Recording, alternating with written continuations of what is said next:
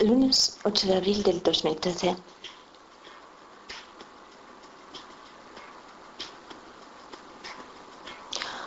Asunto inédito 22:19, 4 horas 53 minutos. Hoy podríamos comenzar por aquí. Es la masa del electrón. La partícula negativa que orbita alrededor del núcleo, lo que determina la masa del átomo.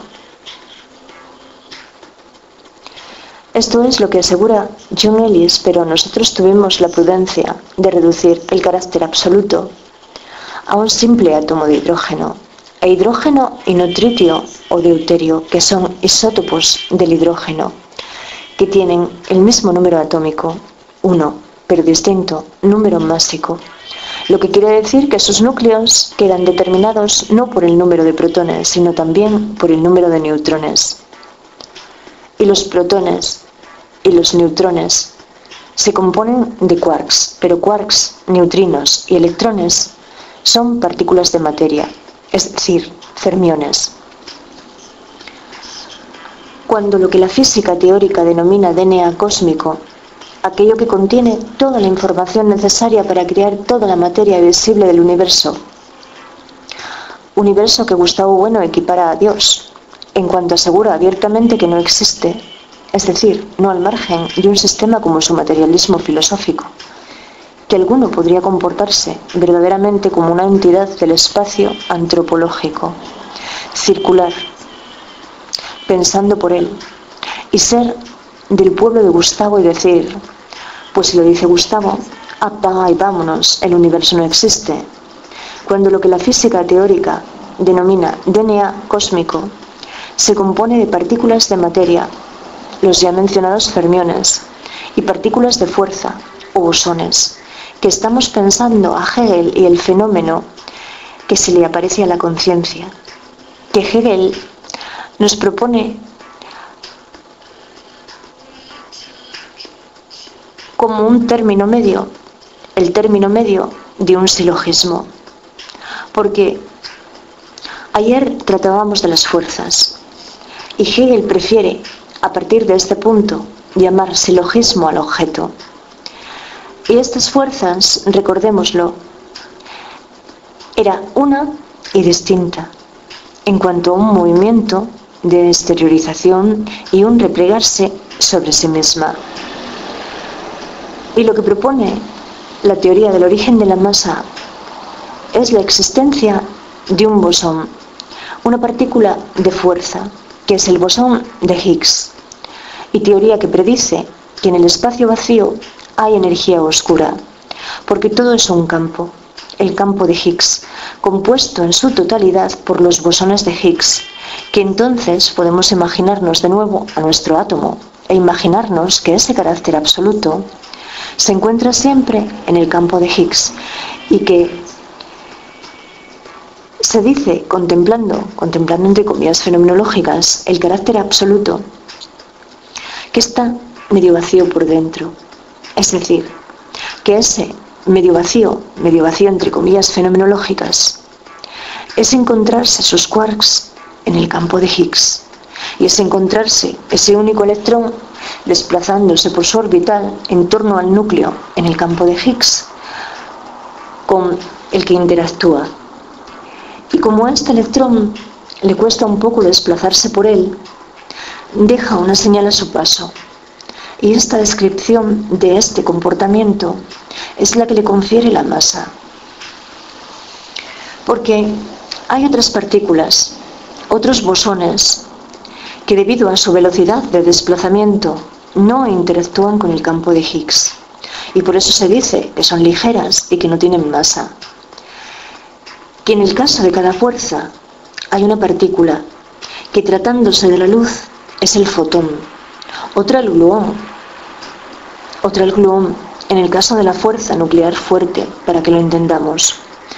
Así que los fotones, que son portadores de la fuerza electromagnética, transportan la luz, pero la luz es invisible, aunque nos permite ver. ¿Y qué sucede con el bosón de Higgs? Que la teoría que predecía su existencia era antigua, tenía alrededor de 40 años, pero la existencia del bosón de Higgs se reducía a una billonésima parte de segundo, así que esta más que fulgurante desintegración, que es su sino, hacía imposible capturar uno para estudiarlo, lo cual técnicamente dejó de ser un problema el año pasado, pero de lo que también podemos estar seguros es de que la física teórica se encontraba en un atolladero y algunos físicos nos avanzaban un cambio de paradigma, es decir, si el bosón de Higgs no aparece, nos lo inventamos. Y nos lo inventamos sencillamente porque lo necesitamos para que las cosas tengan algún sentido. Entonces, ese proceso también lo avanzaban esos físicos, cómo la noticia alcanzaría la opinión pública. Aunque de lo que sí podemos estar casi seguros es que ellos son aplastantemente más inteligentes que nosotros. Y si nos han regalado la Internet, nuestro mal, prácticamente seguro que no quieren. Así que, aunque nosotros no los veamos, los bosones son la experiencia de los fermiones y todo interactúa. Que Hegel dice lo siguiente, dice que la apariencia, Schein, es el ser que es el mismo, de un modo inmediato, un no ser. Y que por eso Hidalgo Tuñón explicaba que Prigogine dijo en su momento que Hegel era el único filósofo que había entendido la realidad, pero mismamente Spinoza me aventura en su ética que el vacío no existe. Y lo que a continuación dice Hegel es que no es solamente apariencia, sino un fenómeno. La totalidad de lo que aparece, lo universal. Pero regresemos al asunto del objeto como silogismo, que tiene como extremos el interior de las cosas y el entendimiento, y como término medio, el fenómeno, la totalidad de lo que aparece, lo universal. Y el movimiento de este silogismo suministra la ulterior determinación de lo que el entendimiento contempla en el interior a través de aquel término medio. Y la experiencia que hace acerca de este comportarse de lo enlazado por el razonamiento. Que la respuesta será no. No me parece lógico que le entregues mi libro a su mujer. Y yo le dejaré el aviso a él si no te importa. Y si él quiere, que se pase a recogerlo o no. Y si es que no, ya te envío yo un mensaje para que lo dejes ir mediante book crossing. Que hemos regresado al Rafa Dueñas casado. Que para tener sexo durante un rato con él no era esencialmente necesario que fuese un intelectual. Pero la conversación de existir, en ese caso habría sido lo esperable. ¿Te gusta? ¿Qué pasa, que no me lo notas? Porque muchos se encuentran acostumbrados a otra cosa, que es a histriónicas a tiempo completo. Y yo reconozco que puedo llegar a resultar bastante silenciosa, como soy, especialmente autista para tantas cosas. En fin, primero el tiempo y sus partes, y hoy el espacio y las suyas.